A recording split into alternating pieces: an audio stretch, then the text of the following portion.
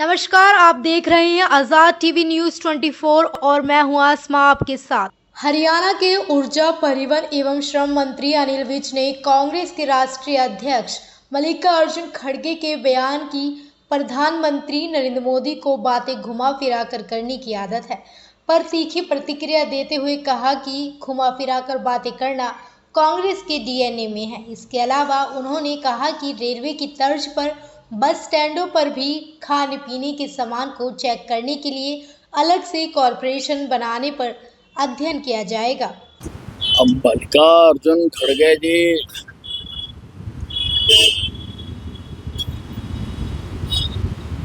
किस आधार पर कह रहे हैं कि घुमा फिरा के बातें करने की आदत है। मोदी जी की हर बात सीधी, स्पष्ट और सबको समझ आने वाली होती है। घुमा फिरा के बातें तो कांग्रेस करती है। कांग्रेस कहती कुछ और है, करती कुछ और है। अब आप हिमाचल का उदाहरण ले लो। कांग्रेस ने जब वहां चुनाव हुए कई चीजें मुफ्त बांटने का वादा किया, लेकिन आज वो तनख्वाहें तक नहीं दे पा रहे हैं।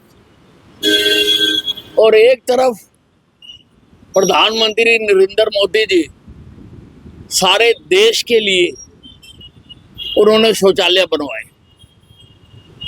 और दूसरी तरफ हिमाचल की सरकार शौचालयों पर भी टैक्स लगा के उनसे भी कमाई करना चाहती है। ये अंतर है दोनों में, भारतीय जनता पार्टी और कांग्रेस। हमारी पार्टी ने शुरू से कश्मीर के बारे में एक ही नजरिया रखा है। श्यामा प्रसाद मुखर्जी ने एक देश में दो निशान, दो विधान, नहीं रहेंगे नहीं रहेंगे कहते हुए अपना बलिदान दिया। वो जनसंघ के संस्थापक थे। उसके बाद से लेकर आज तक नेता बदलते रहे, लेकिन पार्टी का नजरिया वही है कि कश्मीर पूरी तरह से हिंदुस्तान का हिस्सा है। और इसी विचारधारा को अमली जामा पहनाने के लिए आदरणीय प्रधानमंत्री नरेंद्र मोदी जी ने कश्मीर से धारा 370 को खत्म किया है। भारतीय जनता पार्टी अपनी विचारधारा से समझौता नहीं करती है। भेदभाव की सारी जो फिलॉसफी है वो तो कांग्रेस के पास है। पहले भेदभाव करके हिंदुस्तान का बंटवारा करा दिया, धर्म के आधार के ऊपर, हिंदू मुसलमान के आधार के ऊपर 10 लाख लोग मरवा दिए इन्होंने भेदभाव की राजनीति पे। आजादी की लड़ाई में कहीं नहीं लिखा हुआ था कि देश का बंटवारा होगा। देश के सारे हिस्से मिलके लड़े देश की आजादी के लिए, लेकिन इन्होंने भेदभाव इनके मन में है, इन्होंने पाकिस्तान बनवा दिया। भेदभाव के आधार पर इन्होंने सिखों का कत्लेआम करवाया। लगभग 3-3.5 हजार निर्दोष सिखों को मरवाया और फिर उसको जस्टिफाई किया। राहुल गांधी जी के पिताजी ने, राजीव गांधी जी ने ये कहा था कि अगर कोई बड़ा पेड़ गिरता है तो धरती हिलती है। अब उससे भी इनकी संतुष्टि नहीं हुई है। अब ये जातिगत जनगणना के लिए कौन कह रहा है? कांग्रेस कह रही है, राहुल गांधी कह रहा है। यानी आप समाज को और बांटना चाहते हो ताकि दुकानदार से दुकानदार लड़े, गली से गली लड़े, मोहल्ले से मोहल्ला लड़े, गांव से गांव लड़े। उनको बांटना चाहते हो आप भिन्न भिन्न जातियों में। हम भारतीय बन के क्यों नहीं रह सकते? हम हिंदुस्तानी बन के क्यों नहीं रह सकते?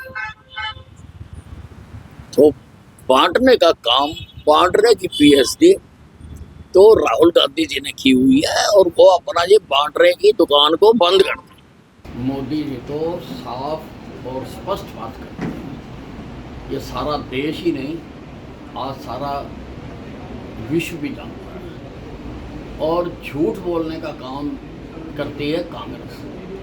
जो इन्होंने कहा था खटाखट खाते में पैसे चले जाएंगे, कहाँ गए वो पैसे? भाई जो तुम्हारी स्टेटें हैं उनमें तो दो तुमने कहा था हिमाचल में कि इतने पेंशन देंगे कर्मचारियों का, ये देंगे, महिलाओं को ये देंगे। आज तुम वहाँ पे तनख्वाहें भी नहीं दे पा रहे। झूठ तो तुम बोलते हो, हम तो जो कहते हैं और करते हैं। जो आज तक भारतीय जनता पार्टी ने कहा, हमारा एजेंडा था कि धारा 370 खत्म करेंगे, हमने खत्म कर दिया। राम मंदिर बने, हमने उसके लिए रास्ता ठीक किया और 500 साल बाद राम मंदिर बन गया।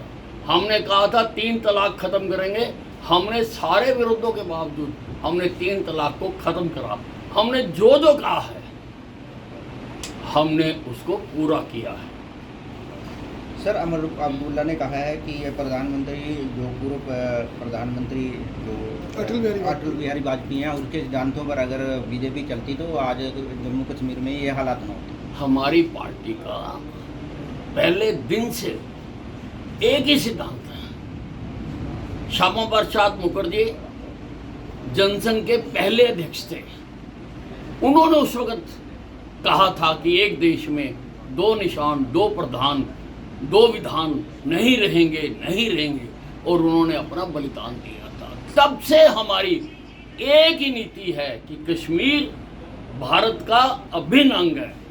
कोई भी नेता आए, सबने उस नीति का पालन किया है और उसी नीति के तहत प्रधानमंत्री नरेंद्र मोदी जी ने कश्मीर से जो एक धारा 370 लगी हुई थी, जिसकी वजह से वो प्रदेश बाकी प्रदेशों से भिन्न था, उसको ख़त्म कर दिया।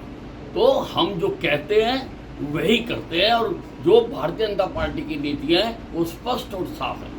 सर, कल आपने आदेश जारी किए हैं कि कोई भी सरकारी बस ढाबों पे नहीं रुकेगी, तो किस तरह? अरे बिल्कुल, हमारे बस स्टैंड हैं, बस स्टैंडों पर रुके और बस स्टैंडों पर ठीक व्यवस्था हो।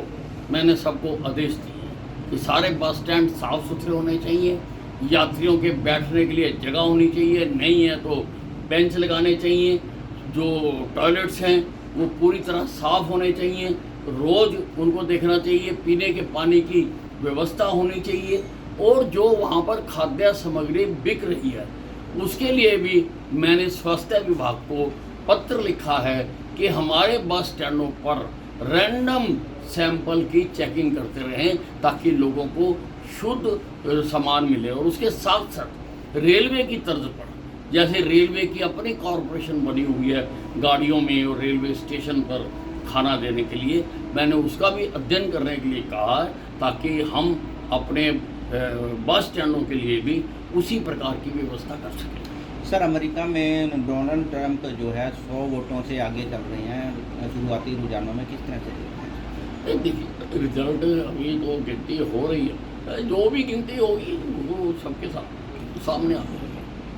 ऐसी और अधिक खबरें देखने के लिए बने रहिए आपके अपने चैनल आज़ाद टीवी न्यूज़ 24 पर।